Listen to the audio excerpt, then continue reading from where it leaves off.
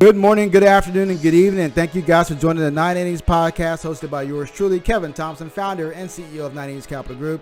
Thank you guys for joining us. Thank you guys for all the listeners. Thank you guys for the subscriber growth.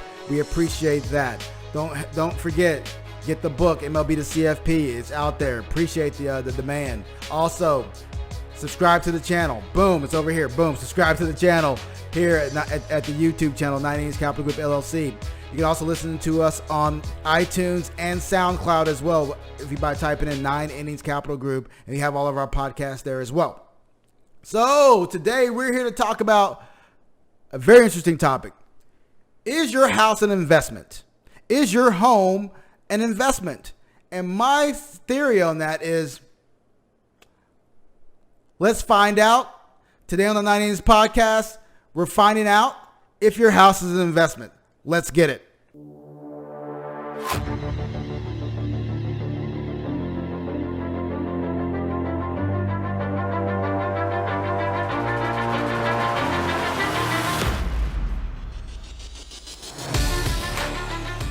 So, is your house an investment?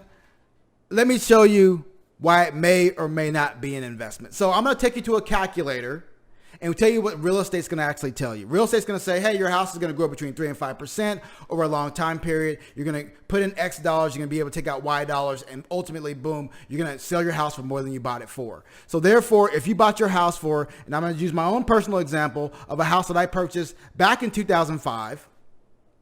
So let's go here. So I bought a house back in 2005 for $106,000. I ended up selling it 12 years later for $186,000. So when you look at the rate of return on these dollars, yeah, the average rate of return is somewhere between 3 and 5%. In this particular situation, the average rate of return was 4.8%, 4.797%. So in that situation, my house was an actual investment.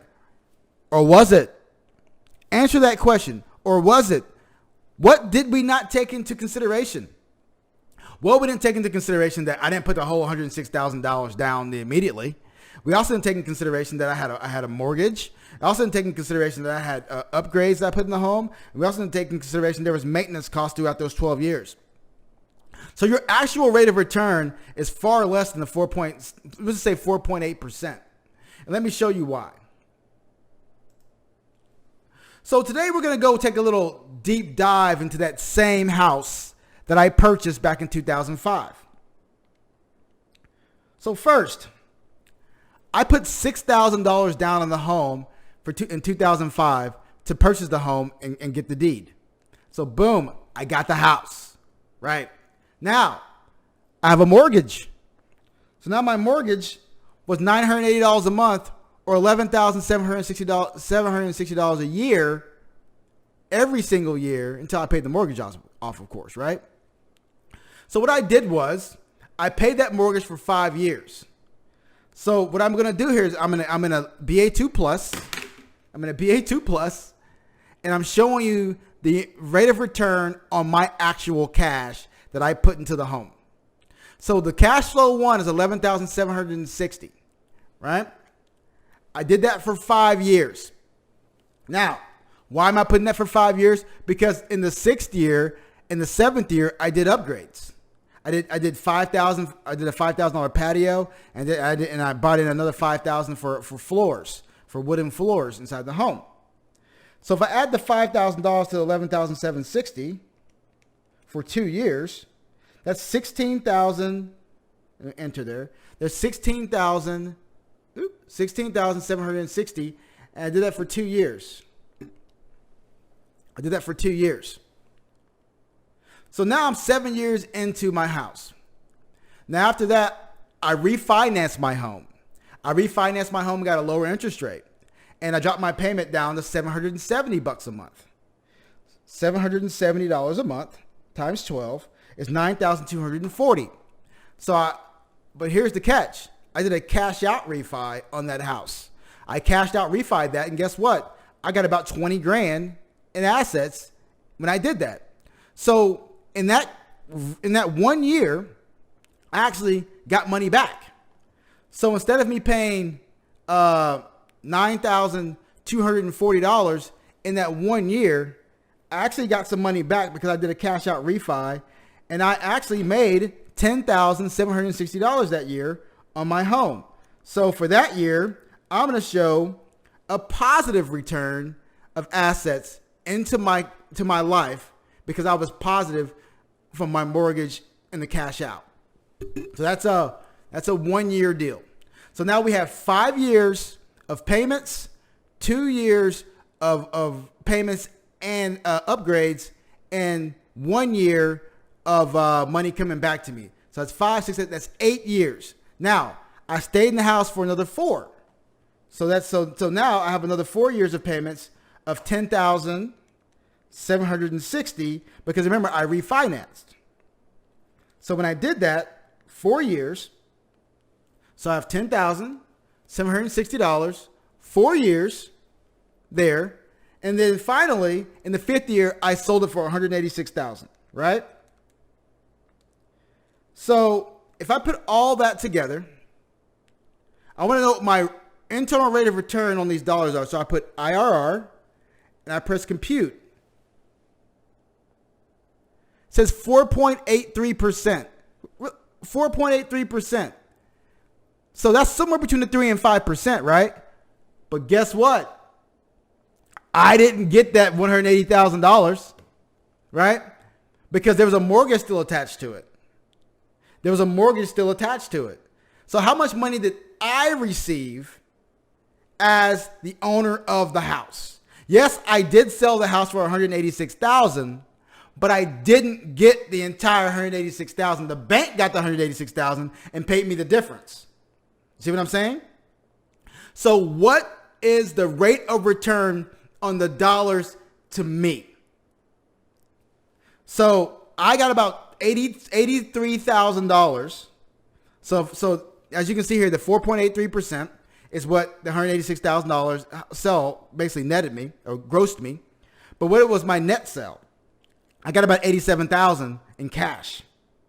So when I look at that and I go back to my cash flow statement, and I put in $87,000 instead of the 186, and go to cash flow and go to compute. Put it there, right there. Go to compute. Negative 5.82%.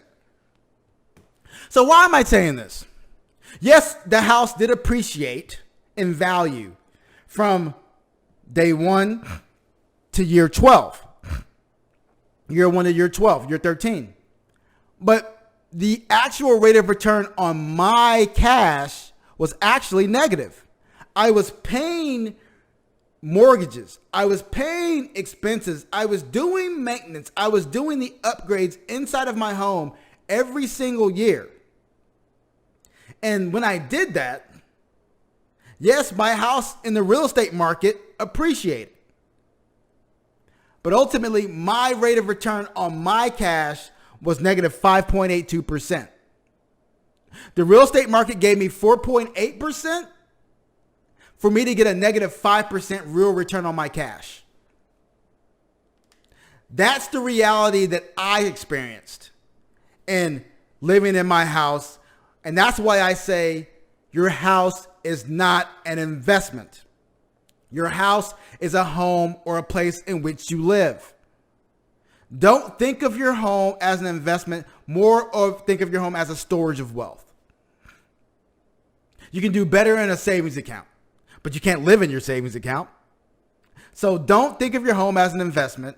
All the upgrades you're going to do, all the stuff you're going to put into your home, that's because you like it. That's because you enjoy it. Don't think like, oh, I'm going to end up selling my house for more because I added some surround sound or a patio or this, that, and the other. No, it's just because you enjoy it. Yeah, you may add a little bit of value to your home, but at the end of the day, you're not going to get that much return for what you're doing, for what you're actually adding to your house. It's because you enjoy it and because you want to enjoy your life, and there's nothing wrong with that. So I hope this conversation that we just had makes a little bit of sense. So I'm not telling you that your house will not go up in value. You're not hearing me say that. My house actually went up in value 4.8%. As you can see, if I would have bought my house for 106 in cash and sold it for 186 in cash and got that, I would probably had a higher positive rate of return.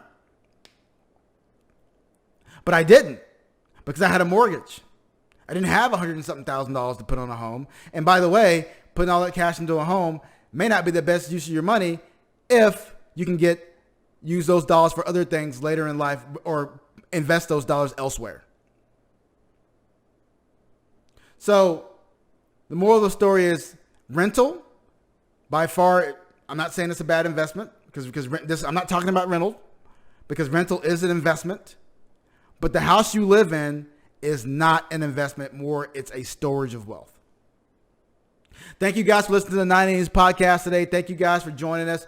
I hope this has been valuable. I'm just telling you a little bit about my experiences as a financial professional and the things that I've been learning along the lines. If you have any comments, please send them to 980s at 9icapgroup.com and ask me about those. Or if you have any questions, comments, or concerns, shoot them over to us, and we'll we'll have a conversation with you. I'm not saying I'm right. I'm just saying this is my experience, and I hope everyone enjoys the information that we're giving you, because we are always here to do what? Educate, empower, engage, and that's what we're here to do today. Thank you guys. I hope you enjoyed 980s podcast. Don't forget to subscribe to our channel here at YouTube on the 980s Capital Group LLC. And I can go to iTunes and SoundCloud to listen to our podcast as well. And also visit the website if you have any questions. Thank you. Enjoy your day. Have a great week.